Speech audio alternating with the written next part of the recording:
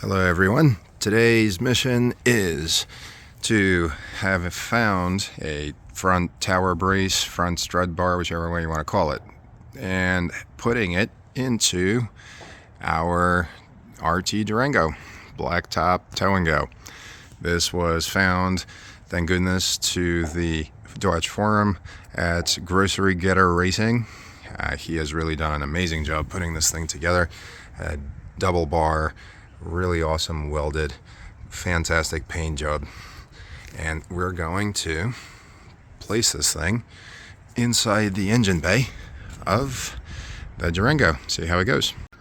After a quick test fit, or I guess during a quick test fit, we're just looking at it to be this way on the passenger side, aligning with the 4, and then over here, the shape's a bit different. I didn't get a chance to ask him why he did it differently on one side versus the other, but that's okay. Maybe it's because he also has a single bar option as opposed to just a double, and there's some kind of common welding pattern there.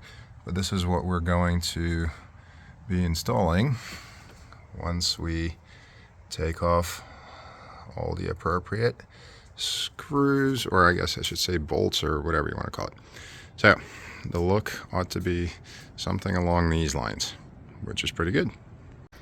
Actually, come to think of it, I think I understand why on the left hand side you have this shape of the mounting plate section as opposed to that shape. And most likely it's because of the support for the hydraulic lift for the hood that would otherwise be getting in the way of the semicircular, or whatever you want to call it, shape on the right. So I suppose that actually makes sense. The right size for the ratchet that you want to use is our 13 millimeter. Should fit nice and just about a snug. 12 was too small, 14 was definitely too big, so we're going with 13. Comes off like so, and it's this combo including the washer. It actually was pretty convenient because it doesn't come apart, it just kind of stays together, which is good. Exposing our screw right there that this is going to go over, and now we just have to do it 2 more times. So having taken all of them off, we now have the 3 screws exposed, and then there are these rivets, which really don't do anything. Well, I mean, obviously they're holding something in place underneath. Then, of course, there's also the rivet where they decided that they're going to put a bolt over that in order to secure the assembly for the hydraulic lift of the hood. But that's what we're going to end up placing our strut bar over, and hope that it doesn't interfere with anything. Slides on pretty easily, like so. Just love that shine. The shine of this thing is just freaking awesome. So, and this is what we're going to use to secure the bolt again. Actually, come to think of it, I'm not even sure why I just took off a third one. That was absolutely unnecessary. So feel free to make fun of me for that one. Looking like you really just need 2. 1 and 2. This one we'll just put right back on, but it was fun to give us the exercise. To make sure that there are no fitment issues, or that we don't have trouble securing the other side, and then to obviously adjust this thing a little bit as needed, and as we do some driving around, we just loosely put these on for now until we've secured the other side, and then we're going to start tightening things down afterwards.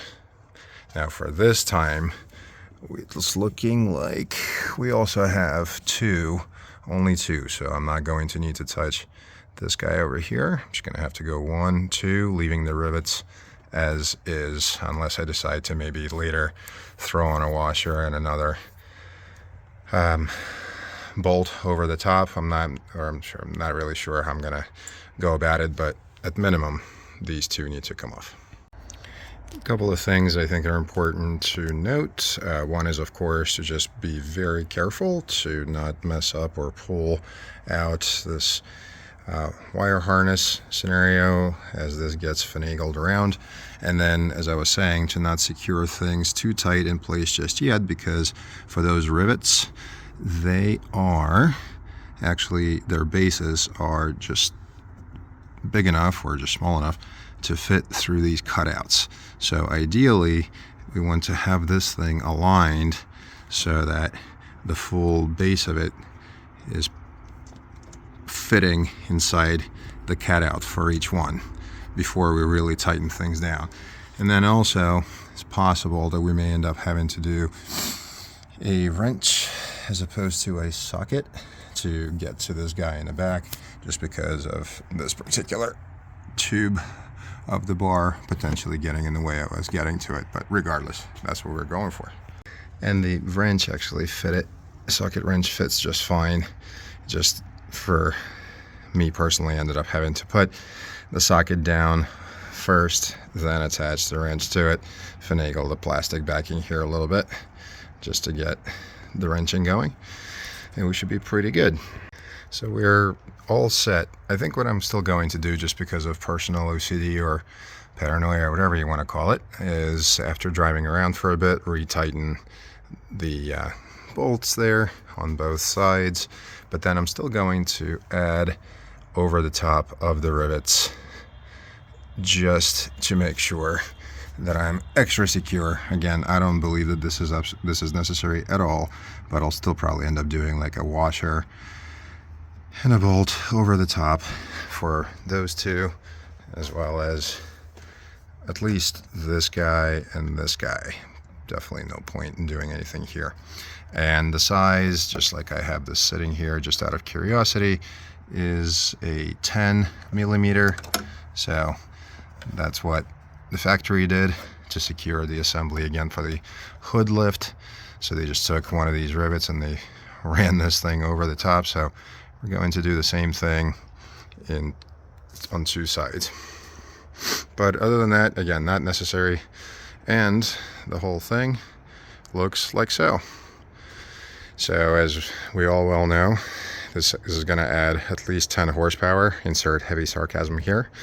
And of course, hopefully we'll see some kind of difference in hard cornering.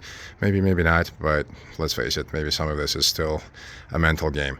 We're going to slap a sticker on this thing from the Grocery Getter to give them a shout out. That's going to give us at least another couple of horsepower just from the sticker alone, and see how it goes. So I hope this was helpful for some.